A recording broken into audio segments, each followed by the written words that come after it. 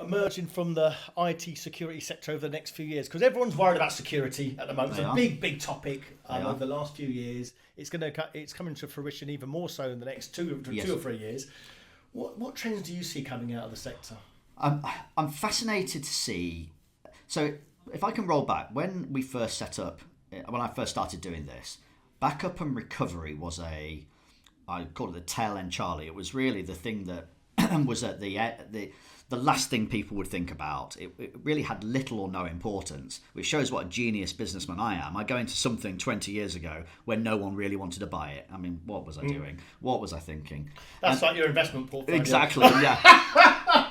The first 20 years have been pretty bad, Mark. I think now what's fascinating is, and so, it's been a big part of our recent growth, is that all of a sudden backup, recovery, data security, not just perimeter security or keeping the baddies out, but can you keep them out of your data? Can you keep the baddies from being able to access your data, corrupt and ransomware your data?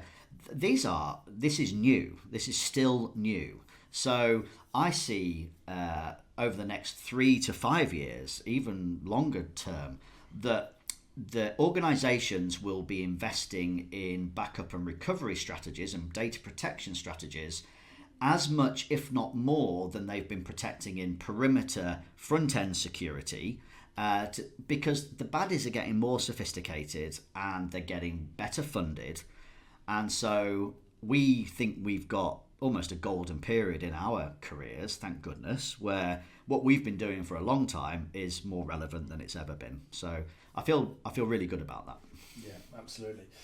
And for the recent tech layouts of the vendors, you've seen it, it's well documented. Yeah. It's been well publicised over the last few months. Do you see this as a big opportunity for the MSPs, the partners out there, to attract talent they might not be able to get before? No doubt about it. I think that's a really pertinent question, actually, because as a smaller business, we've sometimes struggled to attract talent that are more suited in their own minds to working in a multi-thousand person channel business. And you look at more of our recent hires, certainly in the last 2 years and particularly in the last 12 months, we've been able to hopefully sell our story, to persuade people that they can spend a decent chunk of the next chapter of their career with us. And we've hired people out of large VARs, we've hired people out of AWS and Microsoft. We've been able to attract talent that otherwise we wouldn't have been able to do, I think. So I've only seen that as an advantage. And I asked over lunch, but I'm going to ask you again. What's the biggest lesson you've learned in your career today that you could share with the listeners? You think, do you know what, that's really helped me in my career? I always think that's a difficult question, because some of it's very nuanced as well, because it's not like this one single thing came up and went, oh yeah, I solved it in that way, so therefore that was my biggest learning lesson. I guess what I would say is that, and Stacey and I talk about this all the time, Stacey had a business that he built up and sold too. So the thing that we did for him in 2009 and me in 2013, by selling the business, we gave our customers up. So the amount of blood, sweat and tears, hard work and grind that had gone into building those relationships, delivering service to them, hopefully being well liked by them, we both gave that up. And the biggest lesson is we'll never do that again. We will keep this customer group, we hope, in perpetuity. And my last question, and it's quite a big subject, but I'm interested in your view on this, because there's a lot of people out there at the moment saying potentially the channel's dead, relationships in the channel's dead, distribution's not going to work. What's your view on the channel? Do you see it thriving? Do you see it continuing to grow? I think rumours of the channel's demise are somewhat overstated. I really do.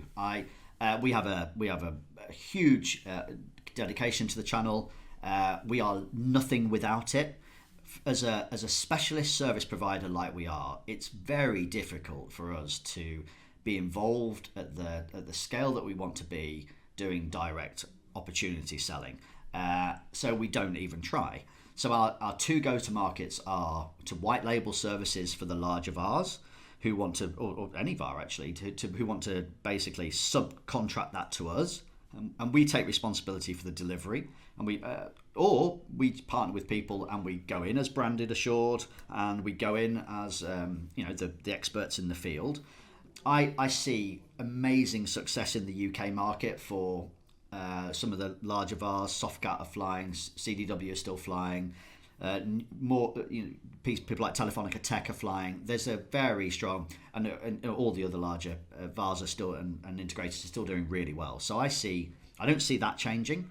In the US market, I feel exactly the same. I think the channel is thriving. I think it is maturing.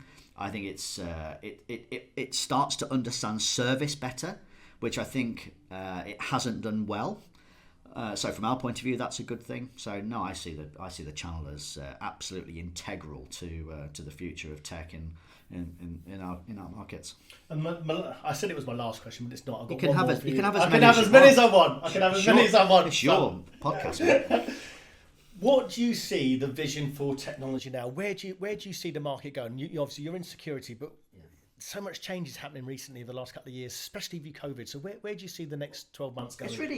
It's really interesting. So in our world, if you think about it, we're broadly still doing what we used to do 20 odd years ago. We're just doing it way better.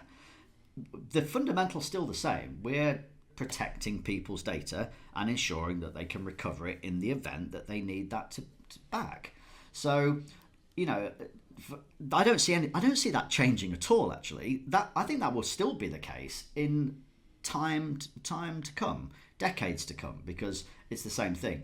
The big change that we've seen is the risk and the excitement that can come from moving to the cloud, where and our business is entirely designed around supporting that for our customers and our prospects, particularly where they end up in a hybrid environment where they've got workloads everywhere.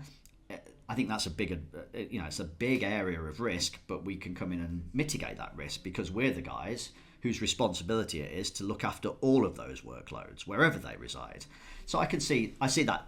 I don't think that the cloud's clearly not going away. People will be doing more and more of it. I think people will get they'll decide what workloads go where. I don't know whether full scale cloud migrations will be the thing in the future for everyone, but I think everyone will have some elements of their workloads in the cloud in the future, and that's a big change. Simon, you've been a great guest. Thanks so much for your time. Thanks, Marc. Cheers.